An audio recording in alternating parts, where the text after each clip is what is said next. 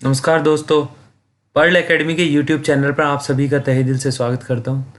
Delhi police head constable में assistant wireless operator और tally printer operator का जो एग्ज़ाम होने वाला है उसके रिगार्डिंग हमने एक प्रैक्टिस सेट की सीरीज स्टार्ट की हुई है। क्रम को आगे बढ़ाते हुए आज हम प्रैक्टिस सेट 8 को सॉल्व करेंगे और पहला क्वेश्चन देखते हैं। कॉस की पावर 4a माइनस साइन की पावर 4a का मान ज्ञात कीजिए।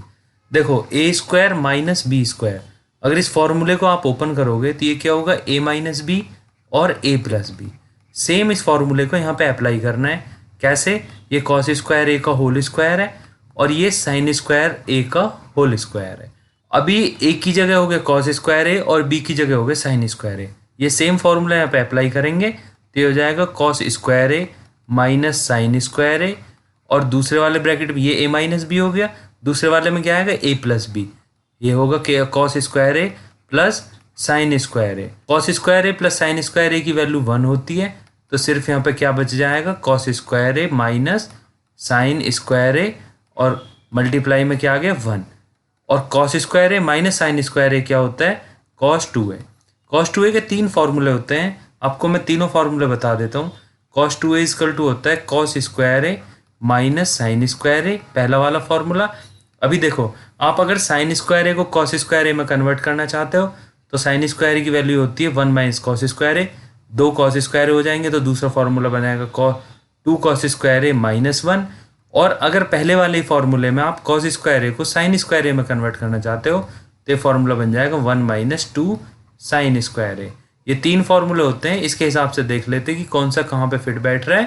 तो यहाँ पे कॉस 2a आ गई वैल्यू, तो इस क्वेश्चन का कौन सा आंसर हो गया, फोर्थ वाला इस क्वेश्चन का आंसर हो जाएगा। अगला क्वेश्चन देखते हैं। 5 रुपए में 6 नग के मूल्य पर खरीदी गई वस्तुओं को 6 रुपए में 5 नग के भाव पर बेचने पर होने वाला प्रतिशत लाभ ज्ञात कीजिए। इस तरह के क्वेश्चन में क्या करते हैं, क्वांटिटी और प्राइस को लिख लेते हैं कि बाई करते टाइम क्या था और सेल करते टाइम क्या था। तो क्वांटिटी कितनी थी, 6 नग, और पैसे कितने खर्च किए इसने, 5 रुपए जब इसने बाई किया था। उसके बाद जब इसने सेल किया तो कितने नग सेल किए, 5 नग, और कितने रुपए में, 6 रुपए में। इस क्वेश्चन को सबसे अच्छा तरीका होता है करने का कि क्वांटिटी को सेम कर लो, और 6 और 5 को सेम करने के लिए क्या करना होगा, यहाँ पे 5 की गुणा, और अगर यहाँ पे 5 की हो रही है तो इधर भी 5 की करनी पड़ेगी, और यहाँ पे हो जाएगी 6 की गुणा, जिससे क्वांटिटी दोनों सेम हो गई। और यहाँ पे 6 की गुणा हो रही है तो यहाँ पे भी 6 की गुणा करनी पड़ेगी।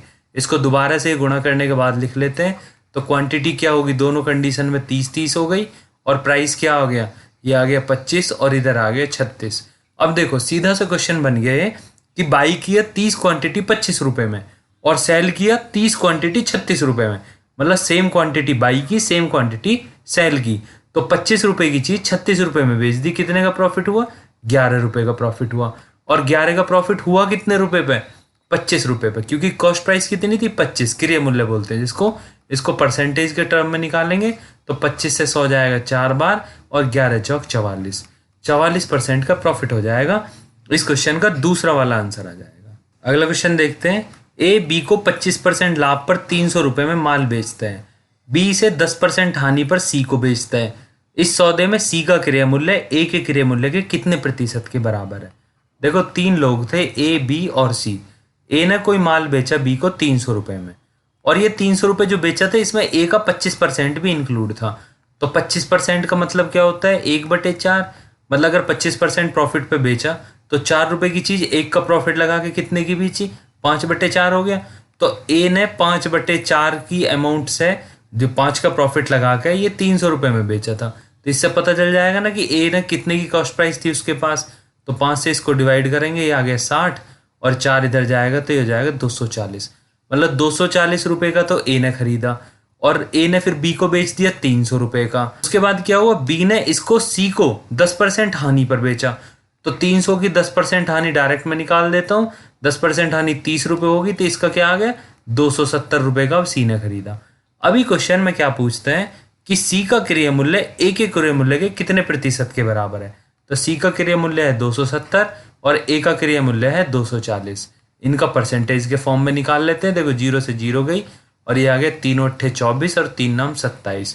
तो 900 में 8 से भाग करना पड़ेगा, 8 एकम 8, 1 0 बचा, 8 एकम 8, 2 बचा, 0 उतार ले, 8 दूनी 16, और ये आ गया 8 पंजे 40, 112.5% आ गया। इस क्वेश्चन का तीसरा वाला आंसर हो जाएगा। अगला क्वेश्चन देखते हैं। एक एक्सप्रेशन दे रखा है और ये कह रहा है कि एक्स का मान बताओ। मैं इसमें जो भी ऑप्शन में दी हुई वैल्यू वो पुट करके देख लेता हूँ। मैं पहला ऑप्शन सेलेक्ट करता हूँ 2, तो एक्स की जगह मैं यहाँ पे 2 रखता हूँ। अभी देखता हूँ कि ये जो एक्सप्रेशन हुआ है अभी ये ठीक है या गलत है। तो ये हुए 3 3 9 और 11 दूनी 22। यहाँ तक तो ठीक है, मतलब 22 की वैल्यू 9 से ज़्यादा है, ठीक है। अभी क्या हुआ, 11 दूनी 22 और उसके बाद 3 सत्ते 21। देखो 22 तो बड़ा होना चाहिए, 21 छोटा है, पर ये एक्सप्रेशन गलत कर दिया इसने, तो इस तरह से नहीं। अभी हम जो ऑप्शन में दूसरी वाली वैल्यू दे रखी है उसके हिसाब से करेंगे। दूसरी वाली वैल्यू क्या दे रखी है, 0.5, तो x की जगह हम 0.5 रखेंगे, तो इसकी वैल्यू क्या आ जाएगी, ये आ जाएगा 1/6। 0.5 से बटे 2 नीचे हो जाएगा और ये हो गए 7/11। इसको देखेंगे 6 3 18 और इधर कितना है 11, ये यहीं पे गलत हो गया, मतलब ये भी आंसर नहीं है। तो अभी तीसरे वाले ऑप्शन को हम देखेंगे कि भाई तीसरा वाला ऑप्शन कैसे आ रहा है। तो x की जगह हम 3 पुट करके देखते हैं। हमने यहाँ 3 पुट किया, ये कितना हो गया, 3 3 9 और 11 3 33, मतलब यहाँ तक ठीक है। उसके बाद ये 11 3 33 हुआ और 7 3 21, यहाँ पे गलत हो गया क्योंकि 21 तो छोटा होना चाहिए। इसका मतलब आंसर तो फोर्थ वाला ही बचेगा, ये आंसर नहीं है। पर फिर भी हम सेटिस्फाई करके दिखा देते हैं कि भाई कैसे आंसर आ रहा है। तो यहाँ पे मैंने 1 रखा, तो देखो ये 11 कम 11 हो गया और ये 3 3 9 हो गया। उसके बाद ये 11 कम 11 हो गया और ये 3 सत्ते 21 हो गया। तो देखो 11 9 से बड़ा है और 21 11 से बड़ा है, इसका मतलब ये कंडीशन सेटिस्फाई कर रही है। तो इस क्वेश्चन का कौन सा आंसर हो जाएगा, फोर्थ वाला इस क्वेश्चन का आंसर हो जाएगा। अगला क्वेश्चन देखते हैं। अपने जेब खर्च का 1/4वां हिस्सा चॉकलेट पर और 1/8वां हिस्सा पिज्ज़ा पर खर्च करने के बाद एक लड़की के पास 40 रुपये शेष बचते हैं। शुरुआत में उसके पास कितनी राशि थी। देखो जो भी अमाउंट आएगी वो 8 और 4 के मल्टीपल में होगी, इतना तो कंफर्म है, क्योंकि 40 बच रहे हैं। पॉइंट में तो कोई वैल्यू आ नहीं रही, पॉइंट में नहीं आ रही, तो वो 8 और 4 के मल्टीपल में होगी। इसके हिसाब से 100 भी आंसर नहीं होगा और 52 भी आंसर नहीं होगा। आंसर या तो 64 होगा या 80 होगा। अगर आप इनमें से किसी वैल्यू को मान के करो तो भी अच्छी बात है। आप कोई भी 8 और 4 के मल्टीपल के हिसाब से कर लो, उससे भी कोई प्रॉब्लम नहीं है। मैं देखो दोनों तरीके से आपको बता देता हूँ। मैं 80 ले लेता हूँ, मेरे को आंसर पता चल गया 64 है। मैं आपको 80 से करके दिखाता हूँ। मैंने मान लिया कि टोटल 80 रुपये थे उसके पास, 1/4 हिस्सा चॉकलेट में खर्च किया, तो 1/4 हिस्सा मतलब 20 रुपये खर्च कर दिए उसने। उसके बाद 1/8वां हिस्सा पिज्ज़ा पे खर्च किया, तो 1/8 हिस्सा मतलब 10 रुपये खर्च कर दिए। अभी देखो 20 उसने चॉकलेट पे किए, 10 रुपये पिज्ज़ा पे किए, 30 रुपये खर्च हो गए, बचे कितने उसके पास 50 रुपये। पर क्वेश्चन क्या कह रहा, बचने चाहिए उसके पास 40। तो 50 को 40 में कन्वर्ट करना है, तो हम क्या करेंगे, 50 में 40/50 की गुणा कर देंगे। इससे क्या होगा, 50 से 50 कैंसिल हो जाएगा, तो यहाँ वैल्यू 40 आ जाएगी। अब ये जो मल्टीप्लाइंग फैक्टर हमने यूज़ किया है इसको हम 80 में भी अप्लाई करेंगे कि एक्चुअल वैल्यू 80 नहीं है, कुछ और है। क्या है वो यहाँ से पता चल जाएगा। 0 से 0 कैंसिल होगी, 5 से 80 गए 8 बार और 8 8 64, ठीक है। इसका मतलब एग्जैक्ट जो वैल्यू थी वो 80 नहीं थी, 64, ठीक है, जो टोटल रुपए थे उसके पास। क्वेश्चन का दूसरा वाला आंसर हो जाएगा। आप इसको 80 भी नहीं मानो, 8 और 4 के हिसाब से आप 120 मान के कर लो, तब भी यही आंसर आएगा। आप ट्राई करके देख लेना। नहीं समझ में आए तो आप मेरे को कमेंट सेक्शन में लिख के बताइए। अगला क्वेश्चन देखते हैं। 3 पुरुषों ने 14 महीने, 8 महीने और 7 महीने की साझेदारी में एक व्यवसाय में प्रवेश किया। यदि उनके लाभ का अनुपात 5:7:8 है, उनके निवेश का अनुपात क्या होगा। देखो कभी भी जो उसने इन्वेस्ट किया, मान लो x रुपए इन्वेस्ट किए और टाइम क्या था, किसी पर्टिकुलर टाइम के लिए इन्वेस्ट किया, ये प्रोपोर्शनल होता है प्रॉफिट के, जो उसको प्रॉफिट मिला। ये हमेशा याद रखना इस तरह के फॉर्म को। अभी हमको नहीं पता उन्होंने कितना इन्वेस्ट किया, वही पूछ रहा है, तो हमने x, y और z मान लिया। पहले वाले ने 14 मंथ के लिए, दूसरे वाले ने 8 मंथ के लिए और तीसरे वाले ने 7 मंथ के लिए इन्वेस्ट किया। और कितना रेशियो आया उनका प्रॉफिट का, तो आगे 5, 7 और 8। इसका मतलब क्या हुआ कि x गुणा 14 बराबर हो गई वैल्यू 5 और y गुणा 8 बराबर हो गया 7 और z गुणा 7 बराबर हो गया 8। ठीक है, यहाँ से x की वैल्यू निकाल लो तो क्या आ गई 5/14, y की वैल्यू निकाल लो आ गई 7/8 और z की वैल्यू निकाल ली 8/7। अभी हमको x, y, z के रेशियो की वैल्यू निकालनी है। तो मैं क्या करूँगा कि जो 14, 8 और 7 का एलसीएम ले लेता हूँ, एक वैल्यू लेकर आ जाता हूँ, तो क्या होगी 56। 56 करने के लिए 14 में 4 की गुणा करनी होगी तो ऊपर भी 4 की गुणा करनी होगी। ऐसी 8 में 7 की गुणा करनी होगी तो ऊपर भी 7 की गुणा करनी होगी। 7 में 8 की गुणा करनी होगी तो ऊपर भी 8 की गुणा करनी होगी। अभी ये वैल्यू क्या आ गई 5 चौक 20/56। उसके बाद दूसरी वैल्यू क्या है 7 सत्ते 49/56 और तीसरी वैल्यू क्या 68/64 ठीक है। तीनों वैल्यू रेशियो में, इसलिए 56 56 और 56 तीनों कैंसिल हो जाएंगे। वैल्यू क्या आ जाएगी 20 49 और 64। तो इस क्वेश्चन का कौन सा आंसर हो जाएगा, पहला वाला इस क्वेश्चन का सही आंसर हो जाएगा। अगला क्वेश्चन देखते हैं कि एक्सप्रेशन दिया हुआ है, इसको हम सॉल्व करेंगे। तो हो गया 3 दूनी 6 और 1 7/2 और प्लस में आगे 5 तिया 15 2 17/3 और माइनस में आगे 6 चौक 24 ठीक है। इसको हम सॉल्व करेंगे। इधर से 21 बचा, 34 में से 31 गया तो बचा 3 प्लस का और बटे 6, ये आ गया 24/6 और 6 से भाग देंगे तो 6 चौक 24। तो इस क्वेश्चन का चौथा वाला आंसर हो जाएगा और 4 ही इस क्वेश्चन का आंसर है। अगला क्वेश्चन देखते हैं। ये बोलते हैं राजा की उम्र अरुण की उम्र की 3 गुनी है।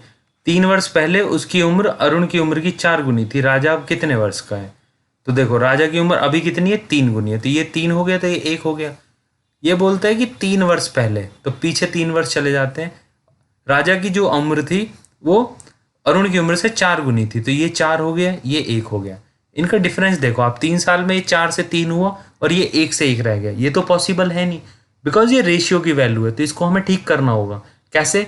3 और 1 का डिफरेंस देखो 2 आ गया और 4 और 1 का डिफरेंस देखो 3 आ गया। तो क्या करेंगे, इसमें तो 3 से गुणा कर देंगे नीचे वाले रेशियो में, और ऊपर वाले रेशियो में 2 से गुणा कर देंगे।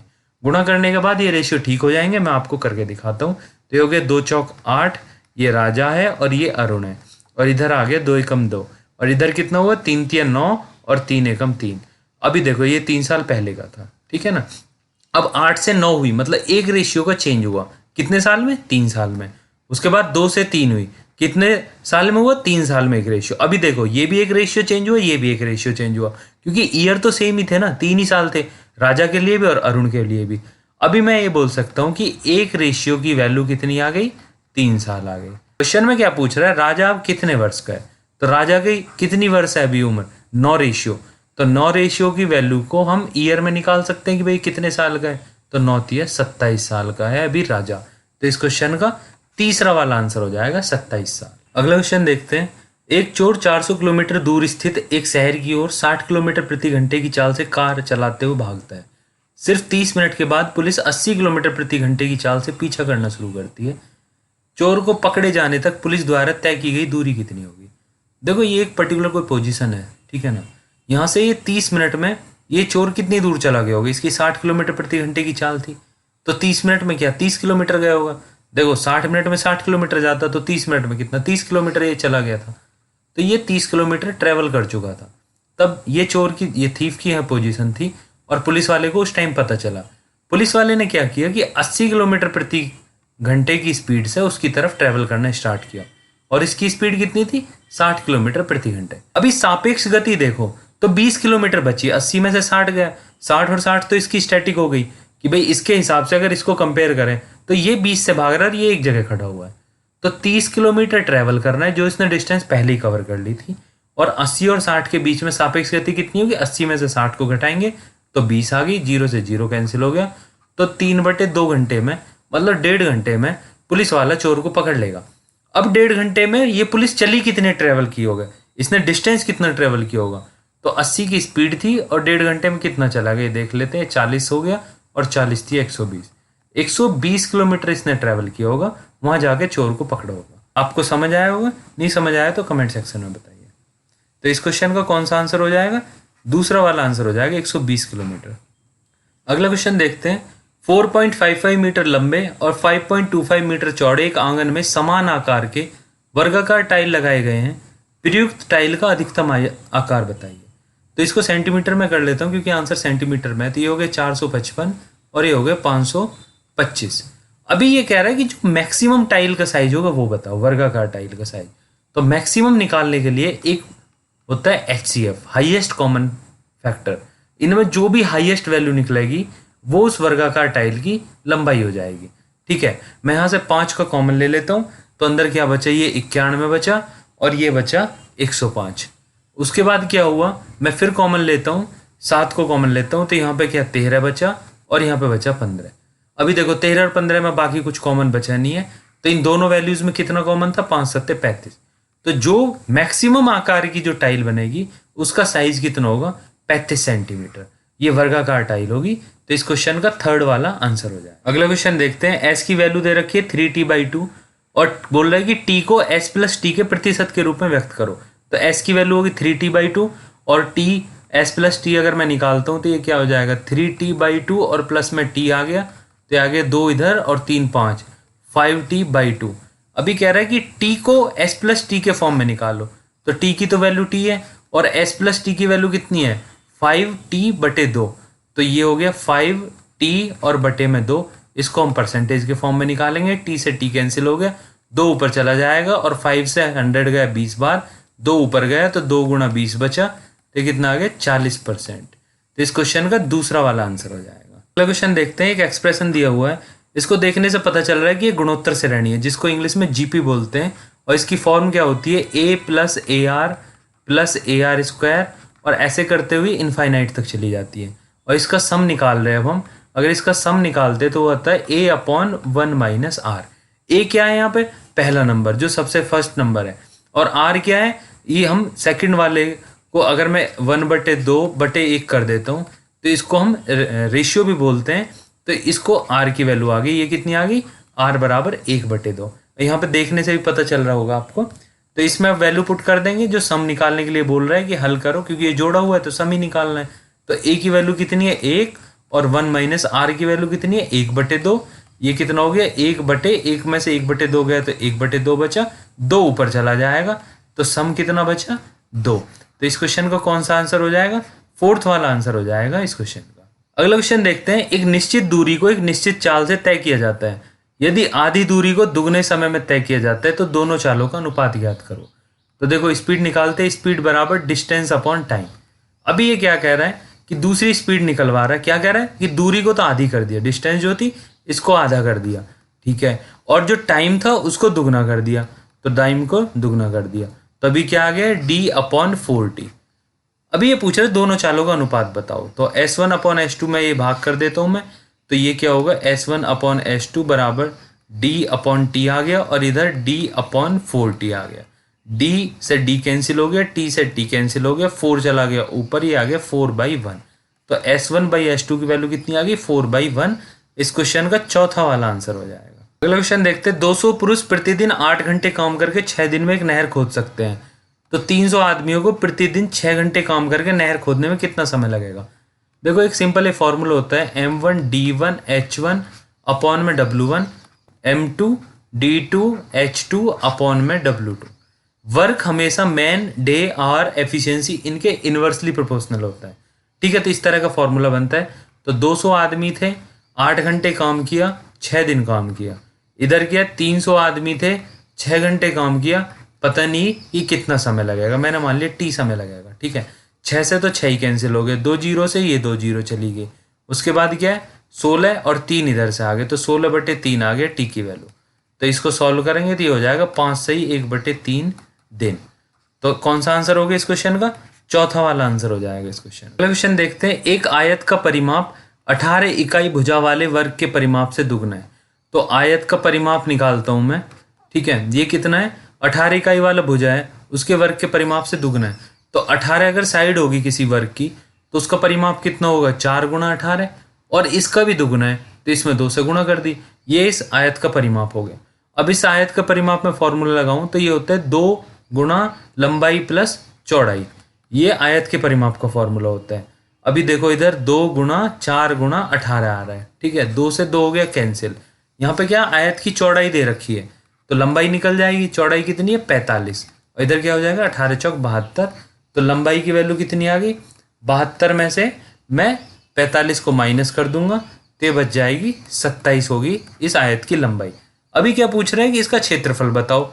जो क्षेत्रफल कितना होता है लंबाई गुणा चौड़ाई। अभी लंबाई कितनी आई 27, चौड़ाई कितनी दे रखी है 45। इसको या तो पूरा सॉल्व कर लो या 7 से 5 की गुणा करके देख लो, 7 × 5 = 35। इनमें 5 लास्ट में किस में आ रहा है, एक ही आंसर है। चौथा इस क्वेश्चन का आंसर होगा 27 को आप 45 में गुणा भी करके देख लो तब भी 1215 आएगा। देखो हो सकता है आपको लगेगा कि ये कौन सी बड़ी बात है, बट क्वेश्चन में सेकंड के फ्रैक्शन भी आपको बहुत मायने रखते हैं। वही आपकी रैंक इंप्रूव करते हैं कि आपको दूसरे बंदे से कितनी जल्दी आंसर आ गया। तो इस क्वेश्चन का फोर्थ वाला आंसर है। अगला क्वेश्चन देखते हैं। 8 सेंटीमीटर त्रिज्या वाले एक वृत्त के अंदर उसकी परिधि को स्पर्श करते हुए बनाए गए एक वर्ग का क्षेत्रफल ज्ञात कीजिए। देखो ये मैंने 8 सेंटीमीटर का एक वृत्त बना लिया यहाँ पे, और इसके अंदर एक वर्ग बना लिया है। तो इसकी परिधि को स्पर्श करते हुए जा रहा है।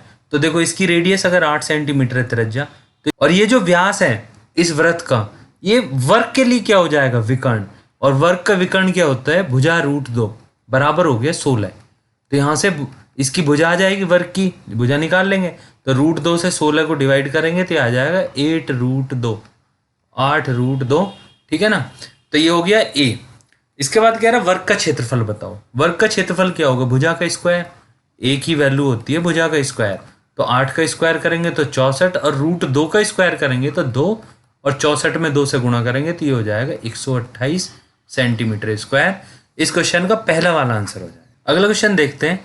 अरुण एक रंगीन टेलीविजन के लिए 16,000 रुपये का नगद भुगतान करना चाहता है और बाला उसी टेलीविजन को 2 वर्ष बाद 17,776 रुपये में खरीदना चाहता है। यदि साधारण ब्याज की दर 5% वार्षिक है तो दुकानदार के लिए कौन सा सौदा बेहतर होगा। देखो अरुण कितने का खरीद रहे हैं, 16,000 रुपये का, और बाला कितने का खरीद रहे हैं, 17,776। पर ये जो अमाउंट है ना वो 2 साल बाद देगा इसको। तो मैं क्या करता हूँ कि भाई 5% अगर वार्षिक ब्याज की दर थी तो मैं 16,000 पे निकाल लेता हूँ ना कि भाई 16,000 का 2 साल बाद कितने पैसे मिलेंगे। 5% ये वार्षिक दर और 2 साल की बात है, तो कितना हो गया, 10% निकाल लेता हूँ मैं 16,000 का। तो 16,000 का 10% कितना आ गया, 1,600 रुपये, और 1,600 को 16,000 रुपये में जोड़ देता हूँ कि इसको कितने रुपए मिलेंगे, तो ये हो जाएगा 17,600 रुपये। ये अरुण देगा 2 साल बाद दुकानदार को, और दुकानदार को बाला कितने देगा, 17,776 रुपये। इसका मतलब क्या हुआ कि 176 रुपये बाला ज़्यादा दे रहा है 2 साल बाद। तो दुकानदार तो यही चाहेगा ना कि वो बाला को बेचे, उसे ज़्यादा पैसे मिलेंगे वहाँ पे। तो कौन सा सौदा बेहतर होगा दुकानदार के लिए, बाला वाला बेहतर होगा। तो इस क्वेश्चन का चौथा वाला आंसर हो जाएगा। क्वेश्चन देखते हैं। एक ट्रेन 36 सेकंड में एक प्लेटफॉर्म को पार करती है। 36 सेकंड में प्लेटफॉर्म को पार किया। मैंने ट्रेन और प्लेटफॉर्म के क्वेश्चन आपको बताएं कि ट्रेन जब किसी प्लेटफॉर्म को पार करती है तो अपनी लेंथ और प्लेटफॉर्म की लेंथ दोनों को पार करती है। 36 सेकंड में ट्रेन ने अपने आप को और प्लेटफॉर्म को दोनों को पार किया, और 20 सेकंड में एक व्यक्ति को पार किया। तो 20 सेकंड में जब उसने एक पॉइंट, मतलब एक पर्सन जो होता है, व्यक्ति जो होता है, एक पॉइंट की तरह होता है, तो जब वो उसे पार कराएगी तो इसका मतलब ट्रेन ने सिर्फ अपनी लेंथ को पार किया। तो इसका क्या हुआ कि 36 से अगर 20 को मैं माइनस करूं तो 16 सेकंड में उसने सिर्फ प्लेटफॉर्म को पार किया। और 16 सेकंड के हिसाब से मैं देखता हूं कि डिस्टेंस क्या होती है, टाइम इनटू स्पीड होती है। तो स्पीड क्या है, 54 किलोमीटर प्रति घंटे। तो मैं ये देख लूंगा डायरेक्टली कि 54 की स्पीड से 16 सेकंड में वो कितना ट्रैवल करेगी, क्योंकि जितना भी ट्रैवल करेगी वो प्लेटफॉर्म की लेंथ हो जाएगी। 54 जो वैल्यू दे रखी है वो किलोमीटर प्रति घंटे में, तो इसको मीटर पर सेकंड करने के लिए 5/18 से गुणा करनी होगी। 18 × 54, और ये आ गया 16 गुणा, और हो गया 15।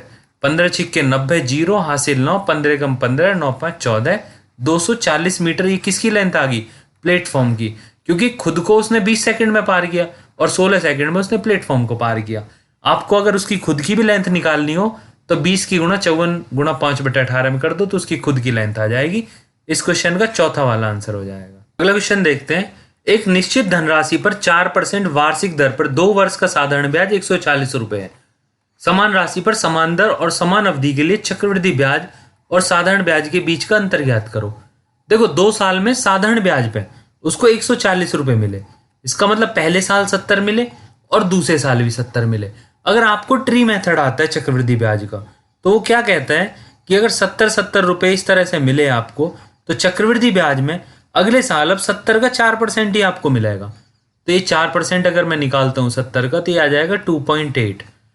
इसका मतलब ये जो भी अमाउंट रही होगी मुझे इससे कोई मतलब नहीं है, मैं एक्स मान लेता हूँ कि इसका पहले साल 70 ब्याज आया, दूसरे साल 70 आया, बट चक्रवृद्धि ब्याज पे दिया हुआ तो 70 का 4% और आएगा जिसको हम 2.8 बोलेंगे।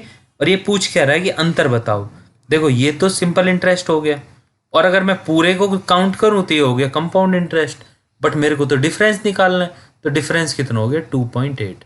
तो इस क्वेश्चन का कौन सा आंसर हो जाएगा, 4th वाला इस क्वेश्चन का आंसर हो जाएगा। अगला क्वेश्चन देखते हैं। एक ये मैथमेटिकल ऑपरेटर दे रखा है तो इसी के बेसिस पे हमको 4 × 9 निकालना है। ये इंटू का मतलब यहाँ पे जो मल्टीप्लाई दिखा रखा है ये मल्टीप्लाई नहीं है, ये एक मैथमेटिकल ऑपरेटर है जिसको इस तरह से डिफाइन किया हुआ है। तो इसी फॉर्म में हम इसको सॉल्व करेंगे तो हो जाएगा 4 और बी की जगह 9 आ गया, और रूट में 4 × 9 कितना हो जाएगा, 36। इसको हम सॉल्व कर लेंगे। 9 और 4 कितने हो गए, 13 हो गए, और प्लस में ये आ गया 6, और 13 और 6 कितने हो गए, 19। तो इस क्वेश्चन का चौथा वाला आंसर हो जाएगा। एक ये ट्रिग्नोमेट्रिक एक्सप्रेशन दे रखा है, वे पूछ रहे हैं इसका मान बताओ। तो 1 माइनस कॉस स्क्वायर थीटा होता है साइन स्क्वायर थीटा, और कॉट स्क्वायर थीटा प्लस 1 होता है कॉसेक स्क्वायर थीटा। ये ट्रिग्नोमेट्रिक एक्सप्रेशन होते हैं, इसको आप याद कर लो या लिख लिख के देख लो, आपको समझ आ जाएंगे।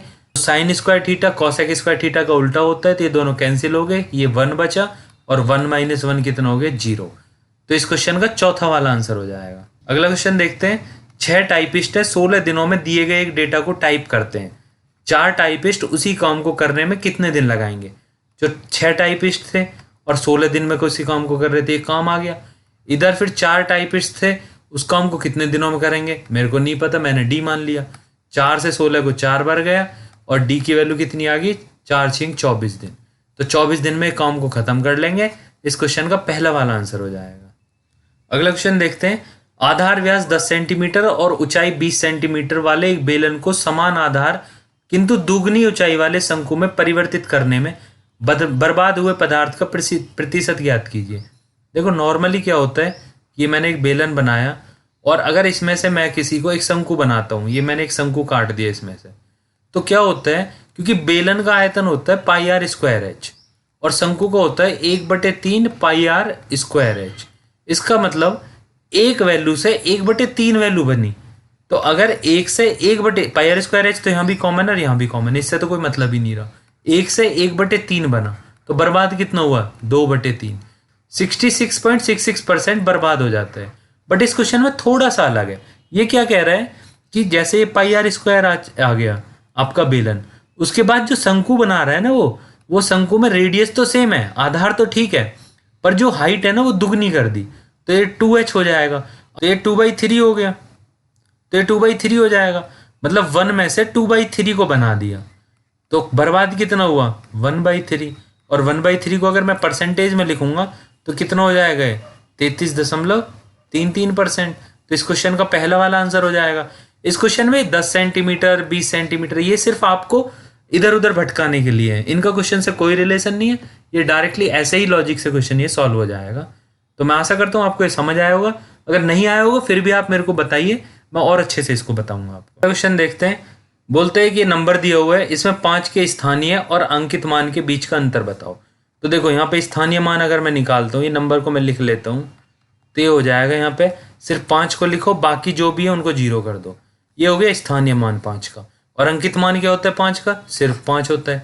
इनका अंतर निकालें तो 10 में से 5 गए 5, यहाँ बचे 9, 9 और 4, 4995 में आ गया। तो इस क्वेश्चन का कौन सा आंसर हो गया, पहला वाला इस क्वेश्चन का आंसर हो जाएगा। क्वेश्चन देखते हैं। ए और बी के अनुपात दे रखा है आयु का 3:2, तो इसको 3x मान लूंगा, इसको मैं 2x मान लूंगा। कह रहा 10 वर्ष बाद उनकी आयु का योग 80 हो जाएगा। तो 10 वर्ष बाद क्या होगा, इसकी आयु भी 3x + 10 होगी, इसकी आयु भी 2x + 10 हो गई। अब इन दोनों का योग कितना हो गया, 80 हो गया। तो 3x और 2x कितने हो गए, 5x, और 10 और 10 हो गए 20, और बराबर आ गया 80। 5x बराबर 80 में से 20 गए तो बचे 60, और x की वैल्यू 5 से गई तो 12, x की वैल्यू 12 आ गई। तो पहले का क्या था 3x, दूसरे का क्या था 2x। 12 से गुणा करेंगे तो 12 × 36 और 12 दूनी 24। पहले की एज आ गई 36, दूसरे की आ गई बी वाले की 24। तो कौन सा आंसर हो गया इसमें, दूसरा वाला आंसर हो गया। मैं आशा करता हूं कि आपको इस पेपर का हर क्वेश्चन बहुत अच्छे से समझ आया होगा। फिर भी अगर किसी क्वेश्चन में डाउट रह जाता है तो मेरे को कमेंट सेक्शन में लिख के बताइए। और इस तरह की आपको और वीडियो चाहिए, कोई और पेपर को आप सॉल्व कराना चाहते हैं, तब भी मेरे को कमेंट सेक्शन में लिख के बताइए। और आपको ये वीडियो अगर पसंद आई, मेरे पढ़ाने का तरीका अच्छा लगा, तो मेरी वीडियो को लाइक करें, शेयर करें, मेरे चैनल को सब्सक्राइब करें। जय हिंद, वंदे मातरम।